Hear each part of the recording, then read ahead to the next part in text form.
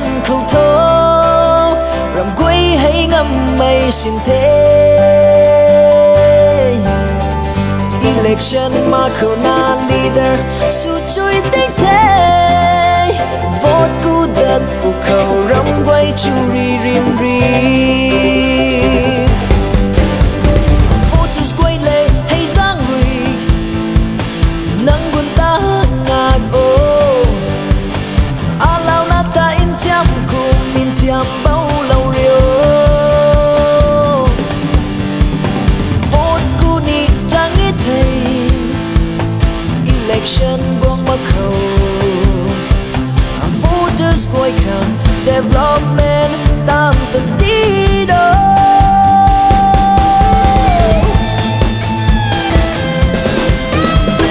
cả ta người in trên mây tranh dài bao ta phụ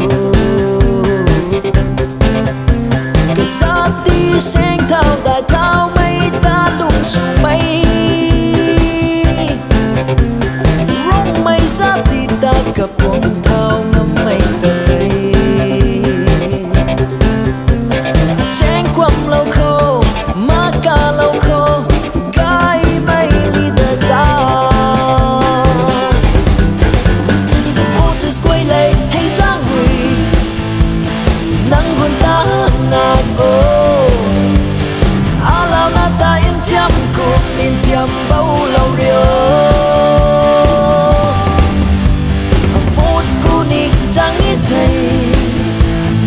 election buông mà khâu voters quay khăn development tam tận tí đó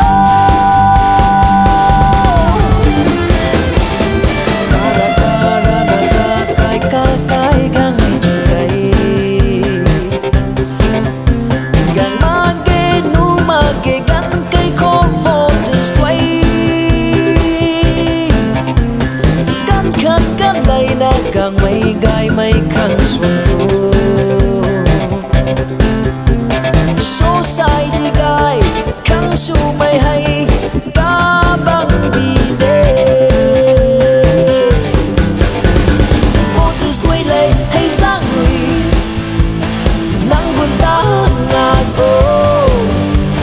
alau na ta in tiam cùng in tiam bao lâu rio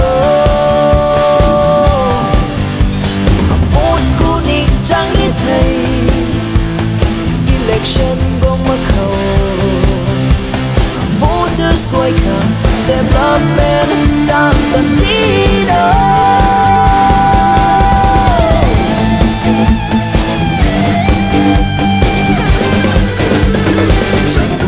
education hospital gai kami electricity banking communication gai kami police company fire station tay đi nai kami hay quay hay sen thao đại thao mây cá băng bi đê quay lệ hay giang quỳ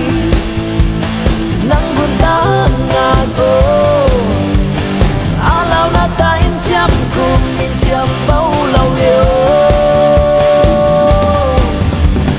vote cu ni chẳng ít thầy election buông mà khâu voters quay khăn development tam tận tí đó